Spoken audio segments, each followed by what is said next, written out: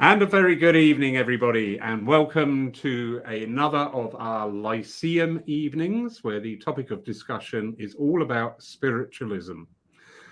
Wonderful, wonderful, wonderful to welcome back to our company again tonight the very illustrious Mr. Tim Abbott. Tim, good evening, sir. How are you? Yes, it's a joy to be here with you, Lawrence. It really, really is. It's always a joy to be in your company and a part of your church, be it through in person or through the computer in one form or another. So thank you for inviting me. Indeed, and thank you for saying that, because this is an energy that is becoming a little bit more prevalent, that we've got like these two churches on the go, yet we are slowly bringing down the borders between all the different factions of spiritualism. If people are willing to, great. If they're not willing to, absolutely fine. But it is. I wonder what the definition of church is, and I'm sure it's not a building. I'm sure it's a gathering of like-minded people in worship to their chosen deity. Therefore, as a Lyceum, which is an extension of spiritualism or branch of spiritualism, this is a church, surely. Indeed. And again, the mediumship is bang on tonight. In our bereavement group yesterday, we were discussing this very thing and said, all right, we've got the church, we've got the fabric, the building, the roof, the lights, but the church is each and every one of you in there. Without at any given time. So absolutely wonderful. It's a community, isn't it? Indeed it is. So we're going to join together tonight. I know you have got this huge wealth of knowledge about the history of the spiritualism in the UK. I know you're being modest there, but a few times I've fired a question off at you in desperation for help. And you've come back not only with the answer, but about 15 other potential supporting pieces of information. I was like, oh, okay. No, it's been great. Absolutely wonderful. So just a little bit of good evening, everybody joining us. Welcome. Good evening, everybody. Oh dear. We've got the Danish in the room. Look out. Ah, the Danish are lovely. We've got the lovely Jack. Hello, Jack. How are you, sir? And without massaging Jack's ego, we're talking about spiritualism mainly within England, of course. And what I want to talk about this evening is individuals who have moulded and forged spiritualism within Britain. And the very thing that is happening in other countries. And we need to look no further than people like Jack Langland in Denmark, who is working very hard with a group of people, but he is forging the legal aspect of spiritualism within Denmark. And many other countries are doing the same. Something England went through in the past, of course. Indeed. And there's a very interesting subtopic there that since this time where we've been working so much online and sharing knowledge and information from all over the world, us in the UK, in the greater part, were very unaware that the fact that spiritualism is a recognized religion within the UK, therefore we can have churches, and therefore we have this great proliferation of churches and centres, which is denied people just on the other side of that little stretch of water. Absolutely. Yes. We don't realise how lucky we are. I think it was only maybe 4 years ago, maybe even less than that a lady in one of the African countries was beheaded. A mother of 3 children was beheaded for witchcraft. Well, many years ago, we came under that category. We came in that pigeonhole. Indeed. There was a story I've only had recanted to me. I've not read it. But with Gordon Higginson, when he was taken out by his mother, Fanny, he was serving a centre somewhere which was not allowed to be advertised at that time as being a spiritualist centre, but they actually had a brick through the window because people in the village knew what was occurring in there and decided to show their displeasure But Fanny Higginson was, no, you carry on. And he had to carry on, bless him. He was only a wee lad when that happened. I never really had the greatest relationship with my mother, but she was a spiritualist. I was fortunate enough to be born into a spiritualist family. My father wasn't a spiritualist. That's maybe why my mother and father divorced very quickly, but there you go, that's another story. My mother used to take me to the Spiritualist church as a young boy, 9, 10 years of age. And we used to sneak around the back streets through fear of ridicule.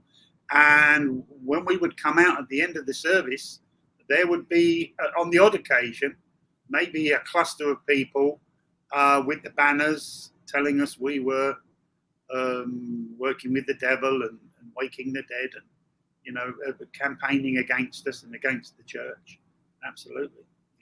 Yeah, and that is very much living memory. And as I say, absolutely.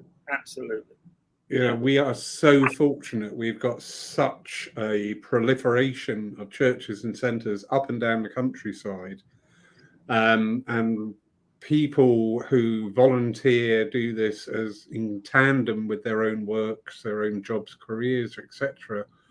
But just do some amazing work. Every day we have got something fabulous and awesome going on in our physical locations, the internet, the virtual locations aside. And these things are amazing. They are amazing. And they're amazing because, and you've already touched on it, about bricks going through windows and campaigns against spiritualism in living memory. Because spiritualism, or modern spiritualism, of course, isn't that old. If we, and you must forgive me this evening, Lawrence, because we are looking at the history within Britain of spiritualism, I have made some notes. So every now and then I will refer to notes so I don't get figures wrong for your good people. But if we look at modern spiritualism in comparison to other religions, Christianity, for example, which is a wonderful religion, of course, that came about approximately in the 1st century AD. That's way back. The Jewish religion is about 4,000 years old. The Muslim religion goes back to the 7th century. Spiritualism is about 173 years old. It's a baby. It's in its infancy in comparison to other religions. There's a wonderful story about Sir Arthur Conan Doyle. Some of your good people will know Sir Arthur Conan Doyle from his stories on Sherlock Holmes, of course. But he was a spiritualist. Sir Arthur Conan Doyle was a spiritualist. His second wife was a medium. And he went around the country and indeed around the world promoting spiritualism. But he was asked in an interview, so we look at other religions and their religious books, and there's always mention of miracles. So what miracles can you talk about within spiritualism? And he hit the ceiling, he hit the roof and said to this young green interviewer, for God's sake, man, give us a chance. We are still in our infancy. However, and I agree with him, we are still in our infancy. However, I greatly believe, and I don't say this lightly, I greatly believe that every medium that stands in the power of spirit and proves the continuity of life has expressed a miracle. Definitely. To the layman, they are talking to the dead. It's a miracle. It's a beautiful miracle. I'm going to stand on my soapbox now. That is so true, Tim. That with Paul Church and myself, our views at the moment, we are looking at things and examining and asking and questioning. And this is very much on the agenda about our approach to evidential mediumship. each and every message. The minute that medium gives you that cinching piece of evidence that whoever is still able to function intelligently and communicate with us, I'm sorry, what sort of other miracle do you want? Absolutely. And yes, we accept as adults and as intelligent people that message, that demonstration of evidential mediumship may be limited by the ability or lack of ability of the medium, depending on where they're at in their unfolding journey. However, if there is a snippet of the intelligence of the personality, the presence of that communicating spirit, there's your miracle. There's your miracle. And it should have an effect on you, your spirit, and indeed on your life. Absolutely. Indeed. So I think... Carry on.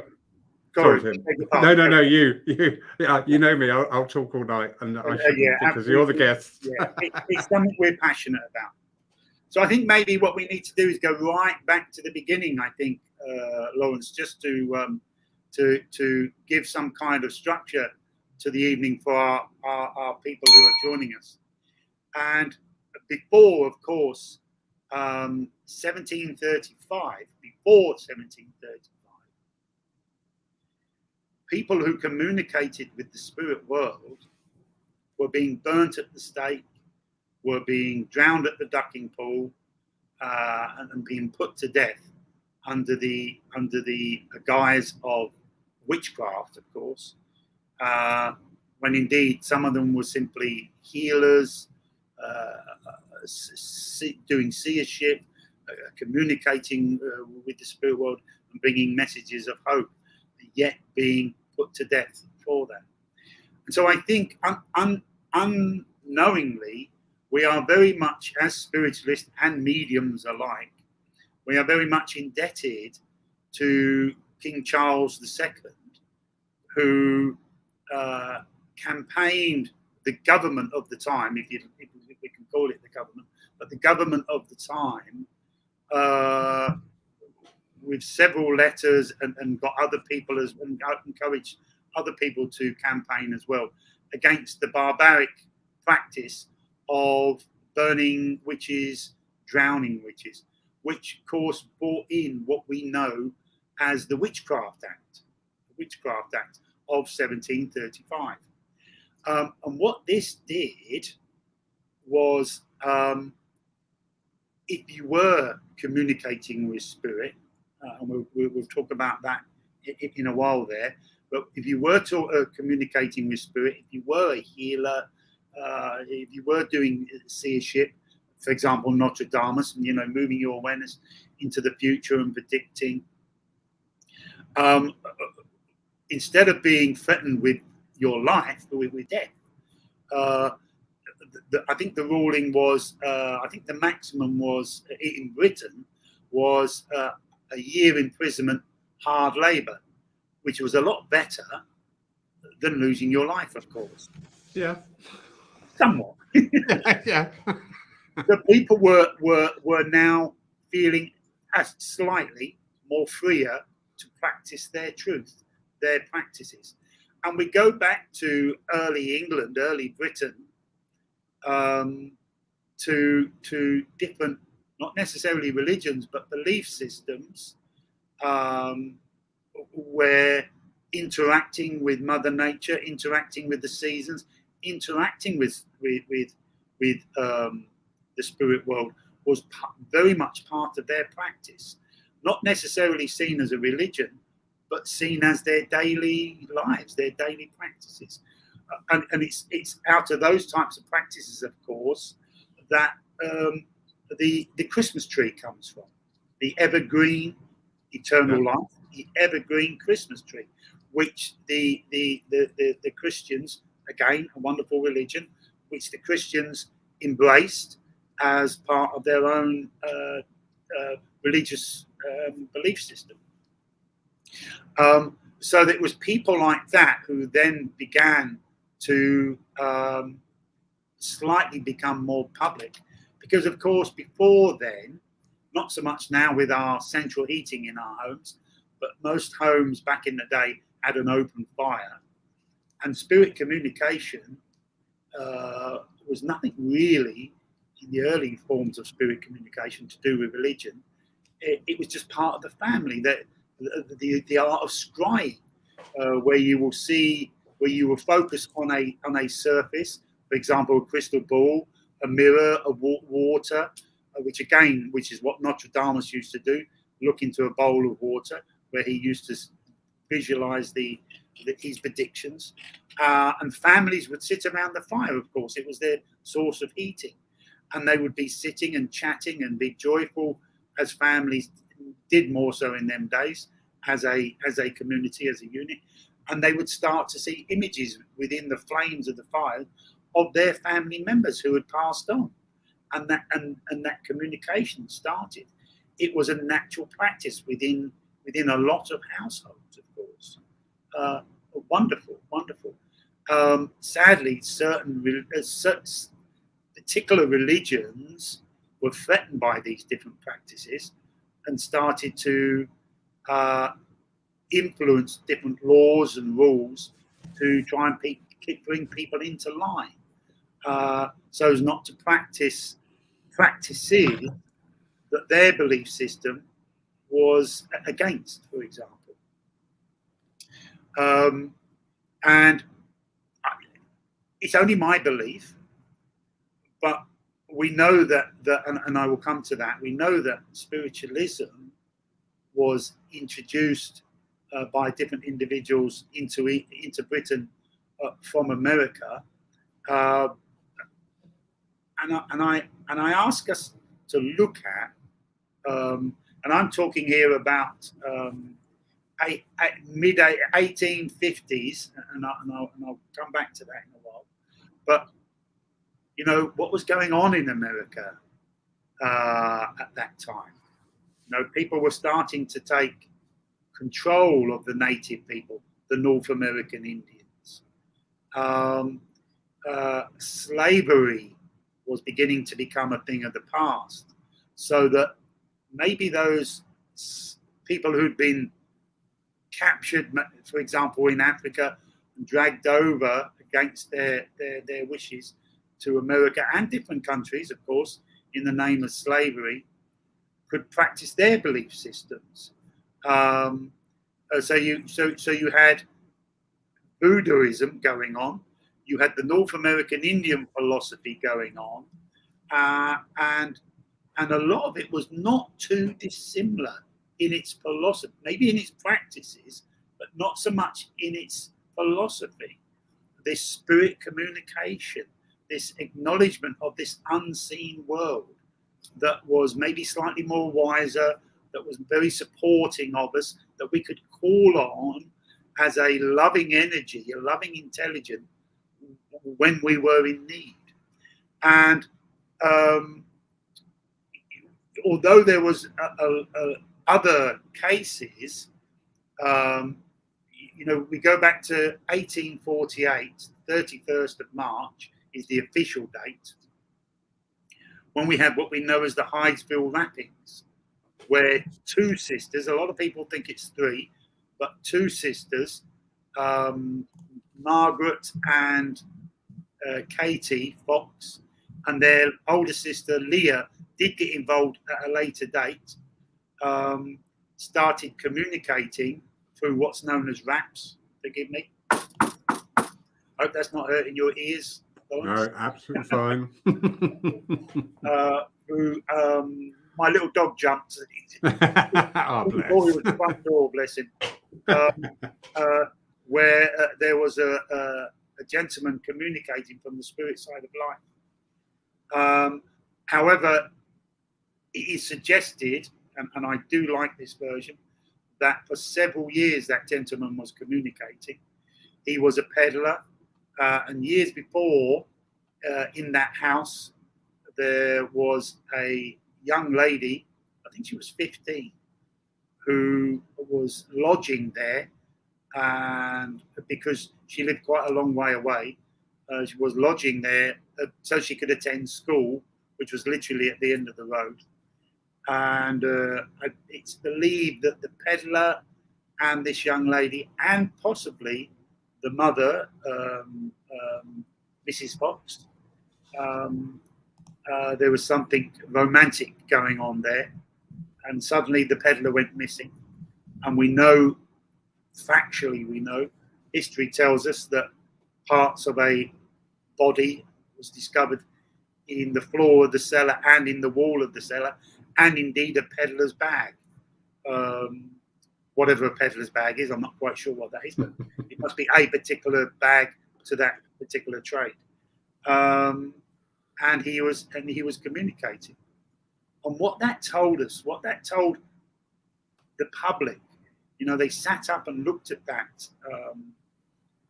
case. And again, although there were other cases going on at the time, they sat up and looked at that case, because what it said was that there is a reality that we know. The spirit world is a reality. And if you are sensitive enough, a medium, if you are sensitive enough, which obviously the girls were, you can communicate with the spirit world, can communicate with you, and you can communicate back through what we know as the skills of mediumship, and there will be present an external intelligence. And of course, I'm just trying to think of the gentleman's name, but it escapes me. I'm sure one of your, I want to say Rochester. His name was Rochester, but it's something like that. But I'm sure one of your listeners will put me right. Is somebody putting me right already, are they? No, not yet. I'm just waiting for it. I think I know who will. Yeah. Some of the things that he said, of course, at a later date were proven to be so. The intelligence of the spirit. And it was only 5 years later. So this was all going on in America. This people were having access to the North American Indian philosophy. People were having access to the African practices and their philosophy, and beginning to find their own truth, their own relationship with spiritualism. We have to remember, back in those days, it was very much, the religions of the time were very dogmatic. And it was a God-fearing religion. And if you don't turn up at church on Sunday, you do realise you're going to hell, don't you? But now, of course, we are much more embracing the fact that actually God is a power to love and be supported by.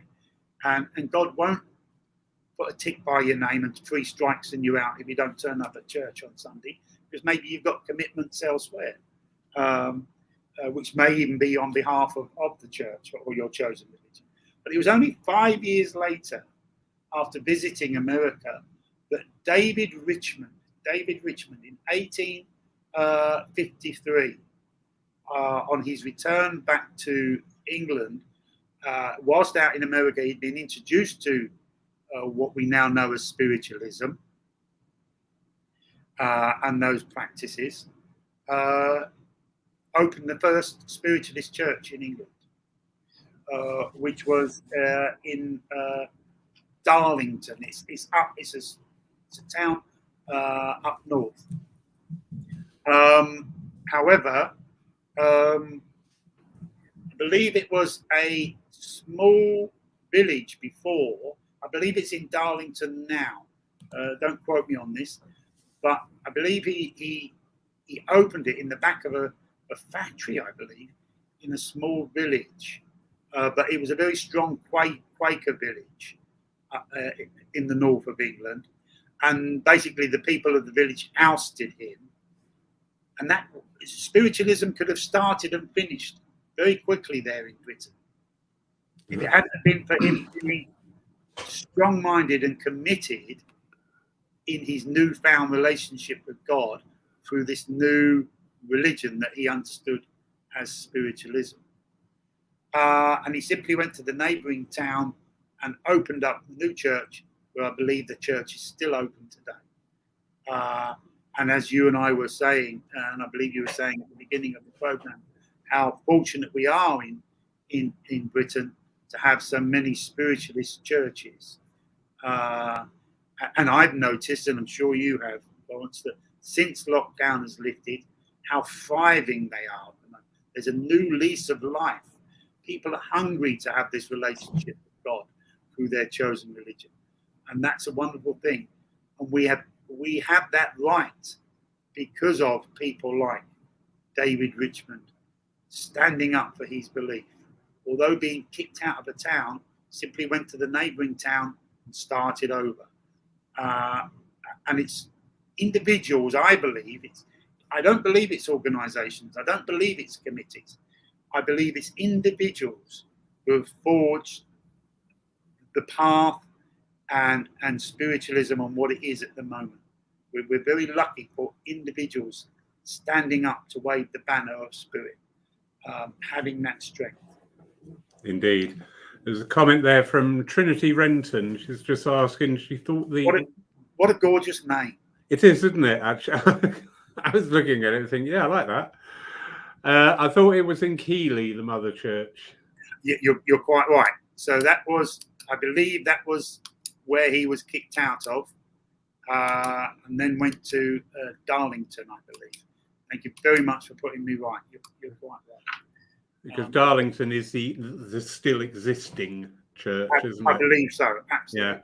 Yeah. They just had a big celebration because, and I remember it, because they were the oldest spiritualist church in the UK. Yeah, absolutely.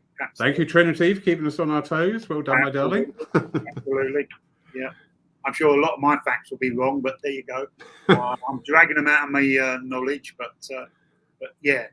And then, of course, if we carry on with individuals, we have to look not much further than Emma Harding's Britain, of course, who and which will lead us on to something slightly different. But Emma Harding's Britain, who I believe it was in 1889, who was inspired. It was originally believed through her trance, more so now, partly through her trance and partly through inspiration, that she was inspired with the principles that we now know as the 7 principles. And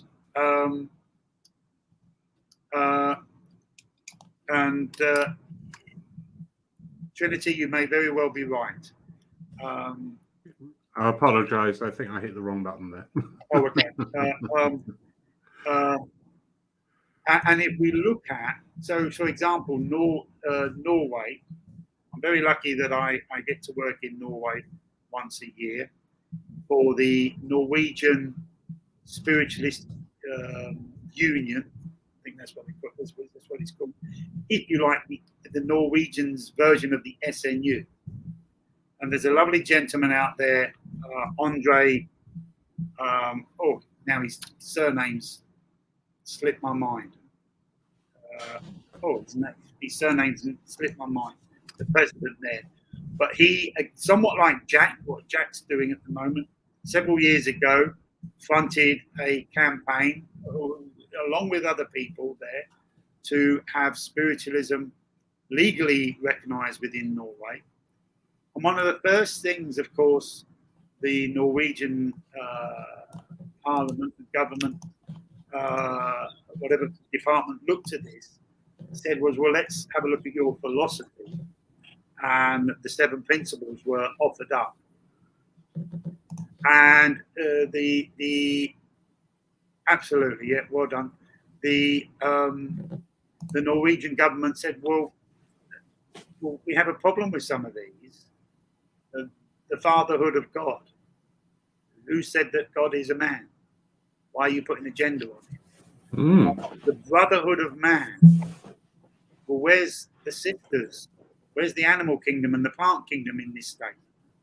So they have changed they haven't changed the philosophy, but the wording of their 7 principles they have changed to suit the legal needs, requirements, if you like, of their religion, of the religion of spiritualism within Norway, to satisfy the government, of course. And of course, we had to do the same. Spiritualism within Britain had to do the same. Again, I'm sure somebody's going to put me right. But my believing is that when the principles were first offered up, they were offered up in the format of 5 principles, which for, if you like, legal reasons, I'm not sure that legal is the right word, but for legal reasons, were changed into the 7 that we know. Now, of course, different branches of spiritualism embrace slightly different principles within their 7 principles. Like the Christian religion, like the Jewish religion, spiritualism has different branches, as you know, Lawrence. I know you're very proud to be a Christian spiritualist, and good for you. And I'm proud to be an Dsnu spiritualist. And I believe one of the principles that differs between the two is the personal responsibility, if I'm right, traditionally. Yeah, we have the 8th principle, the leadership of Jesus Christ in our format, but the first 7 are the same. Okay. And I know that every now and then the debate raises that, should we be like a lot of these countries, for example, like Denmark and Norway, that are presenting spiritualism as a legally recognized religion, are looking at the wording of their 7 principles, that maybe we need to be changing our 7 principles. My debate would be, yes, maybe it does need to be more modern. However, if we accept that the 7 principles were offered up by the spirit world, then maybe we should be trusting enough that if there's a need for an updated version, then maybe the spirit world will, as and when they're ready, offer those up as well. My thoughts on that. My thoughts. Very quickly, we had the lovely Karen Wood on a couple of weeks ago, Dsnu. The topic was comparing the 7 principles to the Lord's Prayer, and it did get very hotly debated. Yeah, I'm sure. When things were said about either the masculine or why is it all masculine gender and not feminine gender? And it did get a little bit warm in the room that night. We had to quell things. I think we have to remember where spiritualism comes from. It comes from a very, certainly within Britain, from a very Victorian era and a Victorian approach, where the man was very much the head of the family. The man was very much the head of the country, of industry. I'm happy to say that's not necessarily the way of Britain now. I'm comfortable to say that my wife and I very much are 50-50 in our relationship. Of course, we don't agree about everything, but there is no boss in our family. There is no. I'm happy to say that Jeanette is the boss. I've made that decision. I'm joking. We equally, like a lot of families these days, share decisions and responsibilities, and that's the way. Our head police person is a lady, rightfully so. We have had 2 prime ministers who have been females, rightfully so. If they're good enough, if they're good to do the job, why not? Why not?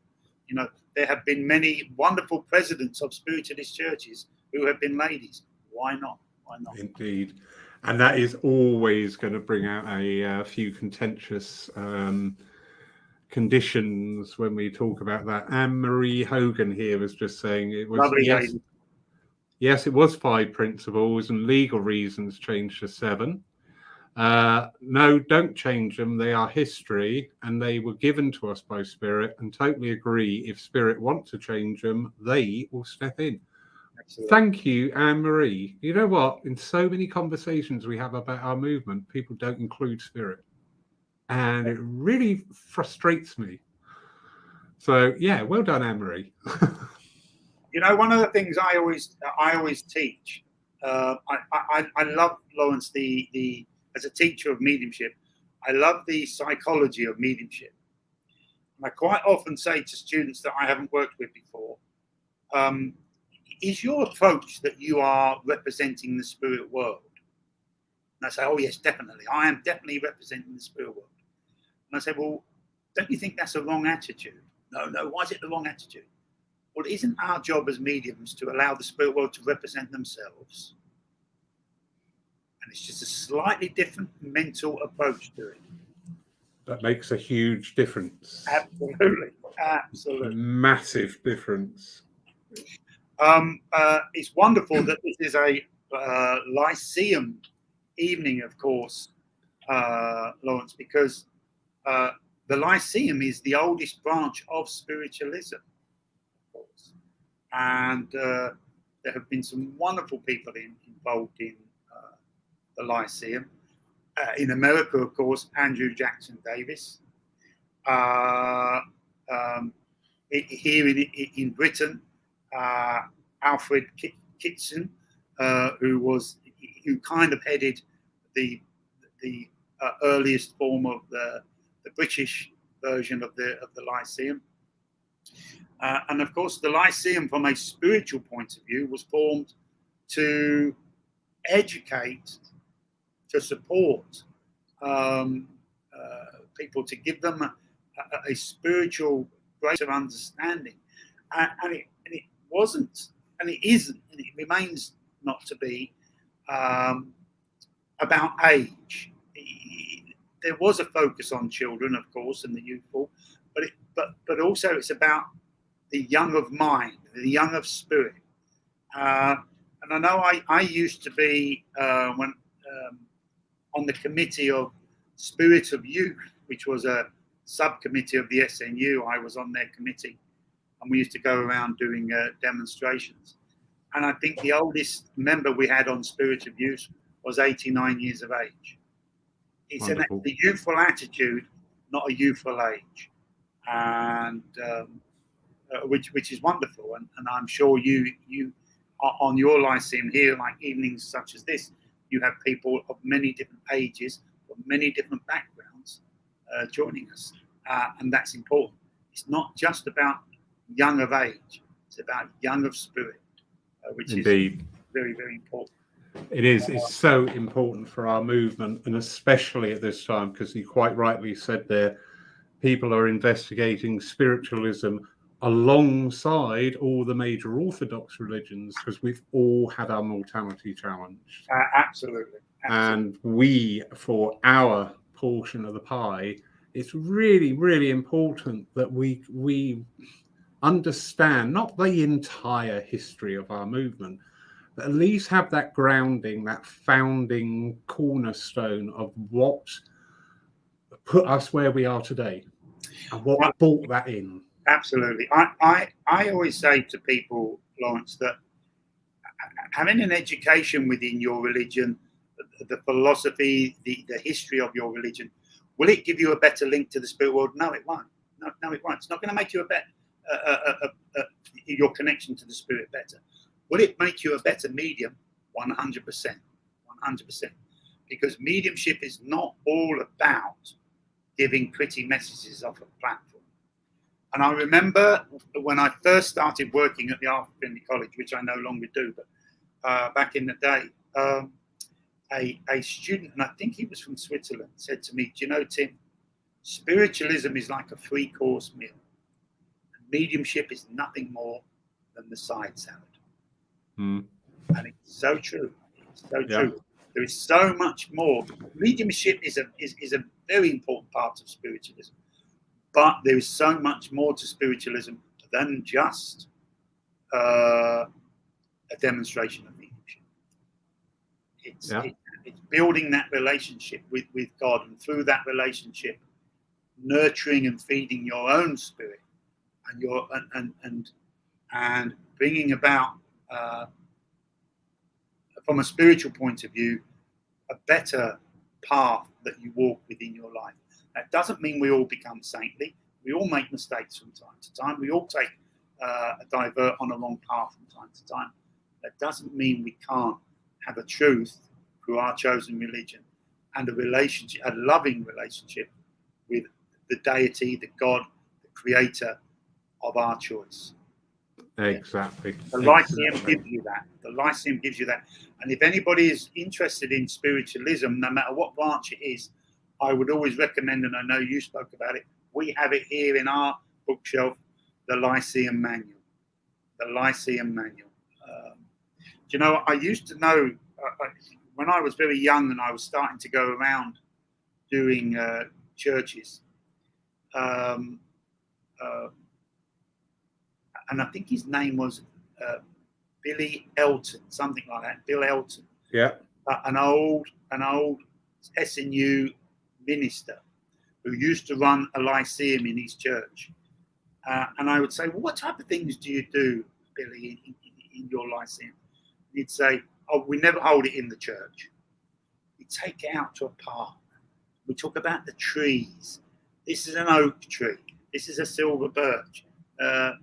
This is and these are these types of flowers, and this is this type of shrubbery. We teach them about nature. We teach them about life. Maybe different types of. We'll have a day where we'll introduce them to different animals. You know, a pet day where you have different animals come in, and we teach them that these animals are creations of God, just like we are. And that's what the Lyceum is about, which is more than just giving pretty messages from that unseen side of life. Definitely, absolutely, because it's that wonderful. It supports that spiritualism isn't about the dead; it's about life. Absolutely. It's got nothing to do with death at all.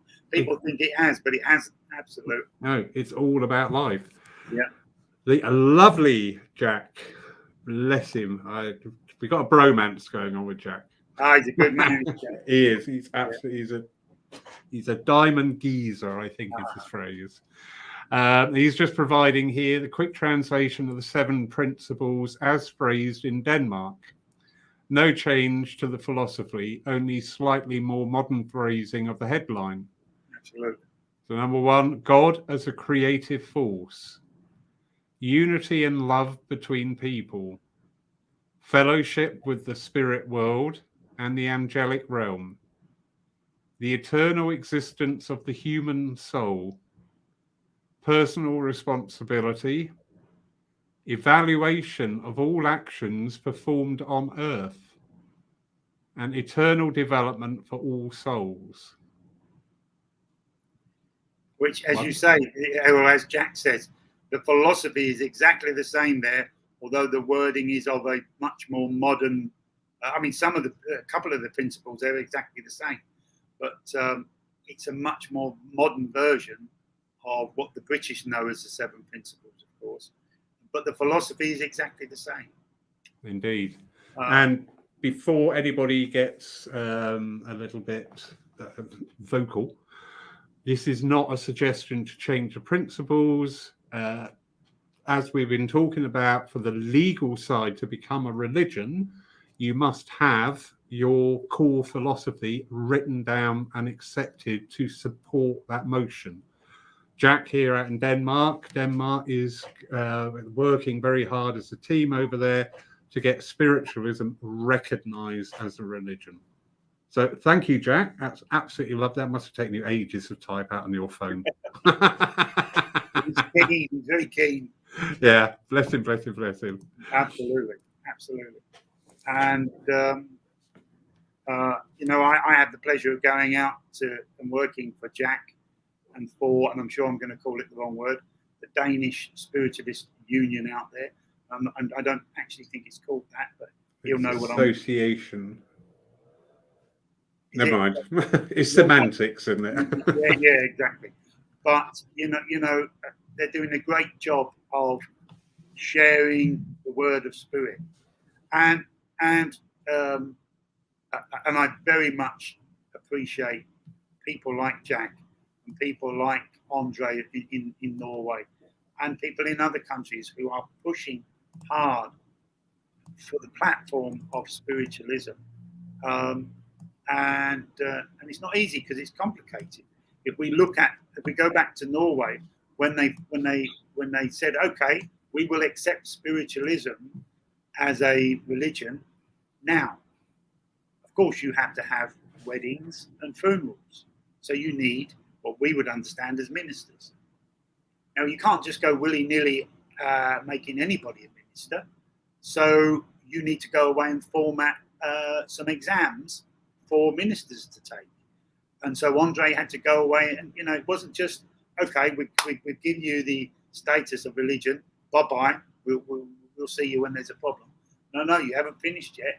You've got, what's going to be involved with your funerals, what's going to be involved with your weddings, and you need ministers to do that. So that's all got to be done properly.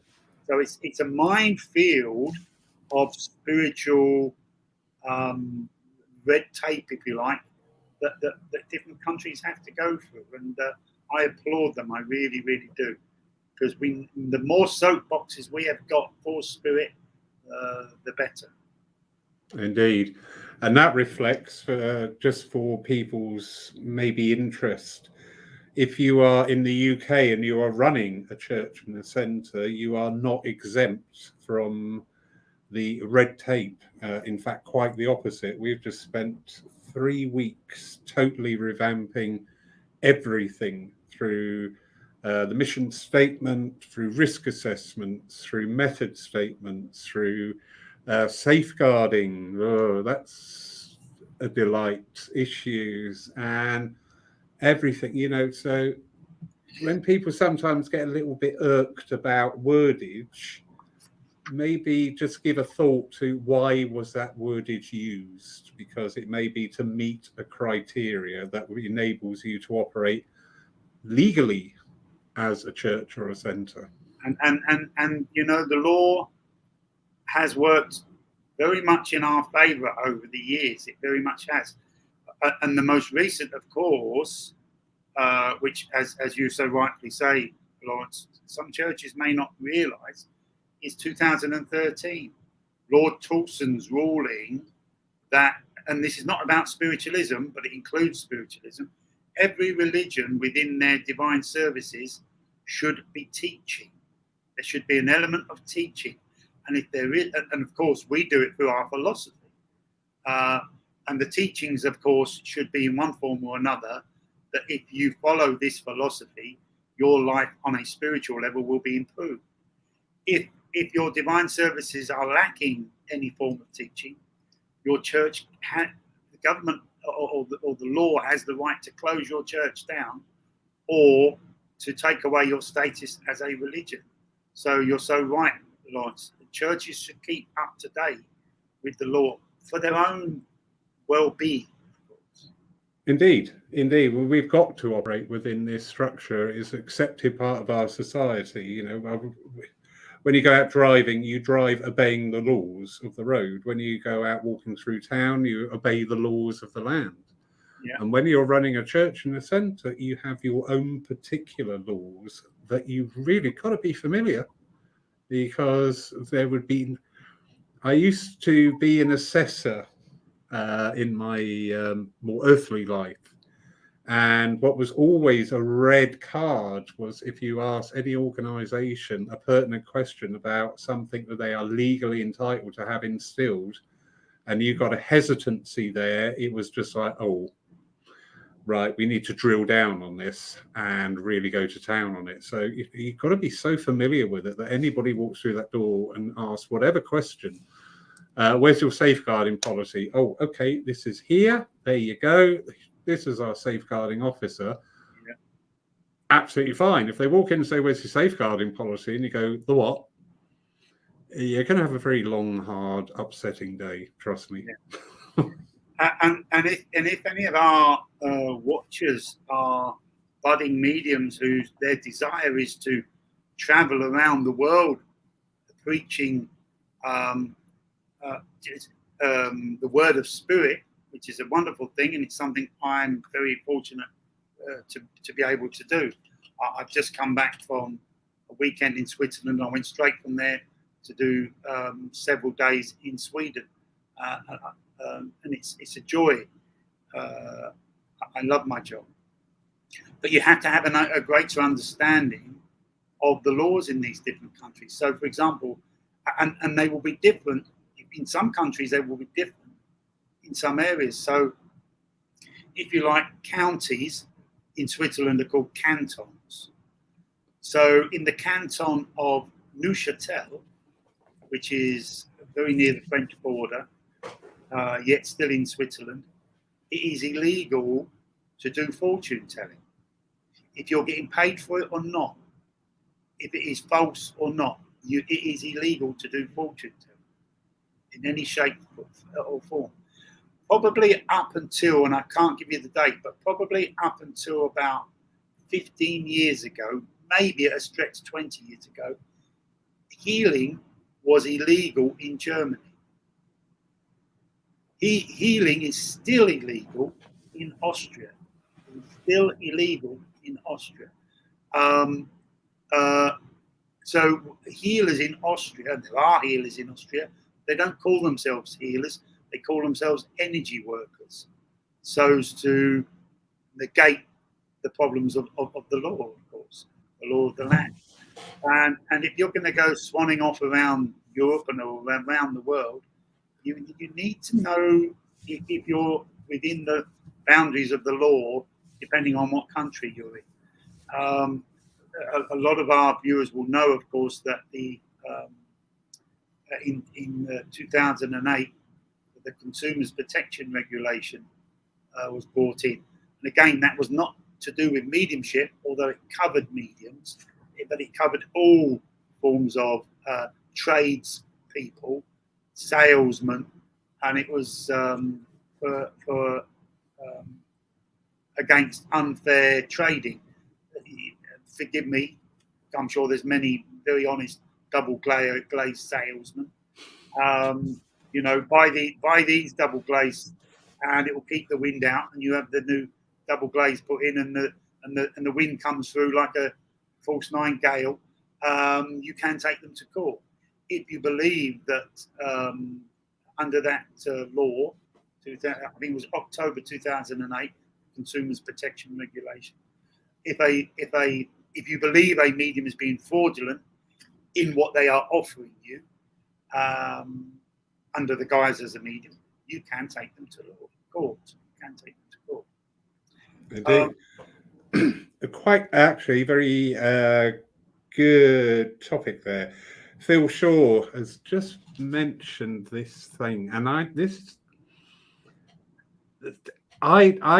not 100% sure that statement is correct. I think the way you just put it, Tim, appeals and resonates with me better. If I were to say, right, I'm going to be a brilliant medium tonight and I'm going to tell you your fortune, and then I didn't, then I would be in breach of that law. But if I were to say I am going to be a medium tonight and provide the best evidence I can of the continuation of life, I don't see the need for that disclaimer that I'm just here to entertain you. But I'm not. I know Lynn Gibb de Swartz got very animated over this very topic. I love her to pieces. She's a great campaigner on behalf of Spirit, isn't she? She's lovely. And she was online, and she was up front and centre, bless her, and saying that actually this statement is incorrect. Yeah, it's what you say you do rather than not saying why you're there. Absolutely. And the difference you see, which will be, I know we're talking a little bit about the law here, but again, it's individuals who have campaigned for this. And I will talk about an individual who's a wonderful man, and I admire him. But in the Consumers Protection Regulation, as in comparison to the Fraudulent Mediums Act of 1951, which we will come to, with the Fraudulent Mediums Act of 1951, if somebody took you to court believing you to be fraudulent in your mediumship, it was their responsibility and the prosecutor's responsibility to prove that you were guilty of being unhonest, being fraudulent within your mediumship. The Consumers Protection Regulation now has changed in as much as it is now the medium's responsibility to prove that they weren't being fraudulent, that they were being transparent and honest within their mediumship. So it's a little bit tougher, but if you're being honest within your work, and then you shouldn't really fall into that pitfall, as it were. Which brings us really, Lawrence, to Thomas Brooks. I don't know if a lot of people have heard of Thomas Brooks, a wonderful, wonderful man who was from up north. I do have the details, but not with me, but where he was from. But he was born into a farming family, and the family wanted him to follow in the family footsteps of becoming a farmer, but he just wasn't interested in that, and ended up going down the mines. But very, very quickly, because of the type of man he was, started campaigning on behalf of miners who were sick, who were not getting paid or sick pay, and campaigning for them, and became a spiritualist, became a president of a church up north in North Yorkshire, I believe, and became an MBE and became a Labour MP. That's right. And firstly, he campaigned, and I'm not sure if a lot of people realise this, there was a group of 10 of them, of which he was one of them, and which one of the other 10 was Lord Downing, the RAF gentleman who was the spiritualist. He headed the RAF in World War II, and simply because he was a spiritualist, they kicked him out of that. He was being inspired by the spirit world to make the decisions, and the government kicked him out. And actually, after the Second World War, they said if we'd have left him in his position, the Second World War would have probably come to an end a year earlier. It was Air Chief Marshal Dowding, wasn't it? Absolutely. He wrote Many Mansions, a magnificent book. Absolutely. And they campaigned, of course, before 1951. You still had the Witchcraft Act in place. So, not all police, of course, but some police were being a little bit heavy-handed with mediums and demonstrations. And of course, Helen Duncan is a classical example, of course.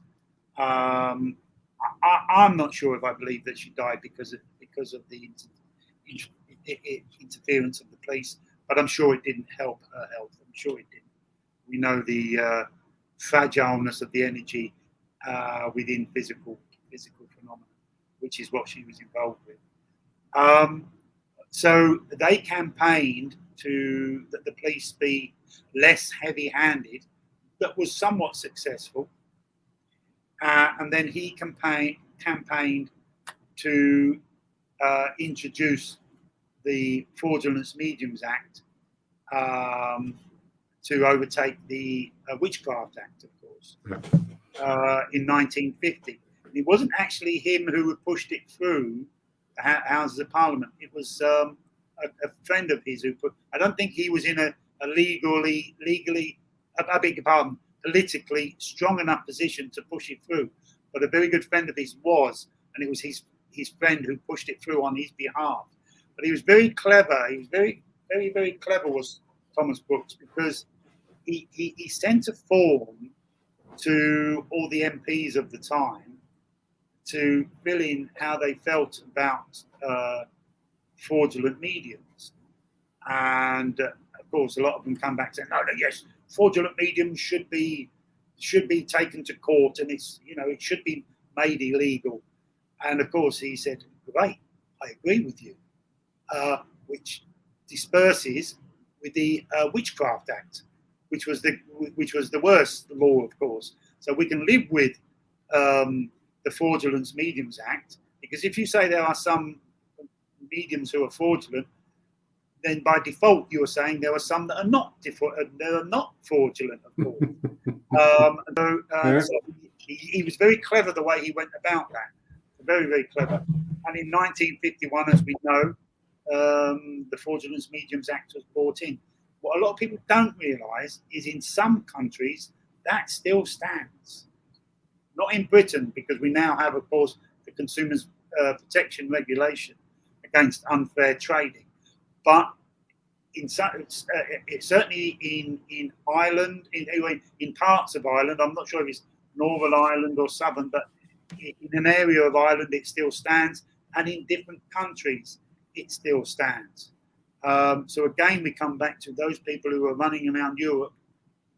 Recognise the law where you're standing. Where you're standing, we come back to what we said right at the beginning. What is the definition of a church? It doesn't matter what country you're in. If you're standing on a soapbox preaching, teaching, then you're making that your church. Recognise the laws that govern your church, where you stand. And it'd be very interesting to see what may evolve with this continuation of now the virtual presence of spiritualism, because this is never going to go away. Absolutely. It's definitely a very strong ingredient of, I keep using the word soapbox, but it's a beautiful soapbox for spirit. It's a beautiful soapbox for churches and mediums to express the word of spirit. And something we must mention, Lawrence, that we spoke here about different countries like Norway and Denmark, and the changes that have come about since 1735 in Britain, that have governed spiritualism and mediums alike. But something that has never changed, since man has crawled out of the caves, since the first man that has or woman that has communicated with the spirit world, something that has never ever changed is the message of spirit. Life is eternal. Your spirit cannot die. Yeah. And if that is a fact, if we are not deluding ourselves, then this physical existence is not the reality of our life, because it's just a drop in the ocean. The reality of our life is eternal existence in the spirit world. Indeed. It has never changed. And it's getting that concept of living for eternity over, because it does, I dare say, quite a few people have this transference of the physical condition to the spirit world and vice versa, whereas it is not. To just get us even a minutest glimpse, look at a caterpillar and look at a butterfly. They are totally different. And this is what we need to investigate and understand and communicate and evolve these differences, these life between lives. What's that about? What goes on there? Absolutely wonderful. I work I work in several schools in Switzerland, but one particular school in Switzerland, which is the biggest healing school in Switzerland, which is owned by a gentleman called Hannes Jacobs, who again used to be a teacher at the Arthur Findlay College, and his trust in the spirit is immense, and he's just written a book. He's written several books, one of them very scientific, and he's just had it transferred into English. He's asked me not to promote it yet. I think there's a couple of things just being tweaked about it, so he's asked me not to promote it yet. So, however, he also has written a book for children and about death, and it's a beautiful book done through the pictures are cartoon form, and it's about the caterpillar family. And it's a mother and father, son and daughter, and the daughters, and it starts where they're standing at a graveyard, looking over a grave of Granddad, and there's a tree in the background with is it called a chrysalis? Yeah. Hanging from the tree, and the daughter asks Daddy, "Where is Granddad? Where is Granddad?" And of course the story, it's to do with death, physical death, but Dad tells this wonderful story how Granddad hasn't gone anywhere. He simply changed from the caterpillar into a beautiful butterfly, from the physical into spirit. and it's so well done for children. We come back to the Lyceum, of course, educating young of heart, and at the moment it's only in French, but I'm sure in time he'll have it translated into English. Beautiful little book for children about Granddad passing away, who was a caterpillar. Yeah. Absolutely. And do you know what? There is no such thing as coincidence. No. I love it. It just brought everything back together again and wonderfully in time. Tim, sir, I could sit and talk. Okay. I feel like I'm only. Can I finish, Lawrence? You please do. With a poem, which you may have heard me. I know Jack has heard me read many times because it's my favourite poem verse. But I think it's very apt for what we have done here this evening, what we spoke about here this evening. And it's by a gentleman called Gerard Macy, who was born in 1827, passed in 1907. He wrote for a lot of major newspapers at the time, and he looked at different religions. He was very much seeking a spiritual path, and became very disillusioned with different religions until he found spiritualism. And this is what he wrote of spiritualism, which I think is maybe a beautiful way to bring our evening to an end.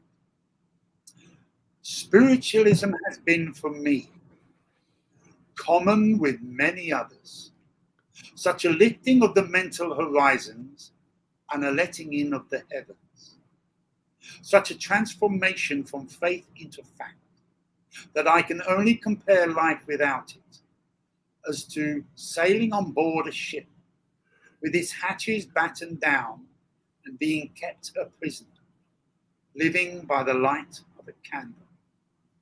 And then suddenly, on some splendid starry night, allowed to go on board deck for the very first time to see the stupendous mechanism of the heavens all aglow with the glory of God. That's spiritualism. Perfect. Absolutely perfect. Mr. Abbott, once more, totally indebted to you, sir, for your time, your energy, and your homework that you've done. Absolutely brilliant. Thank you, thank you, thank you. Thank you, everybody, for joining in tonight. Yep, I knew this one would come up.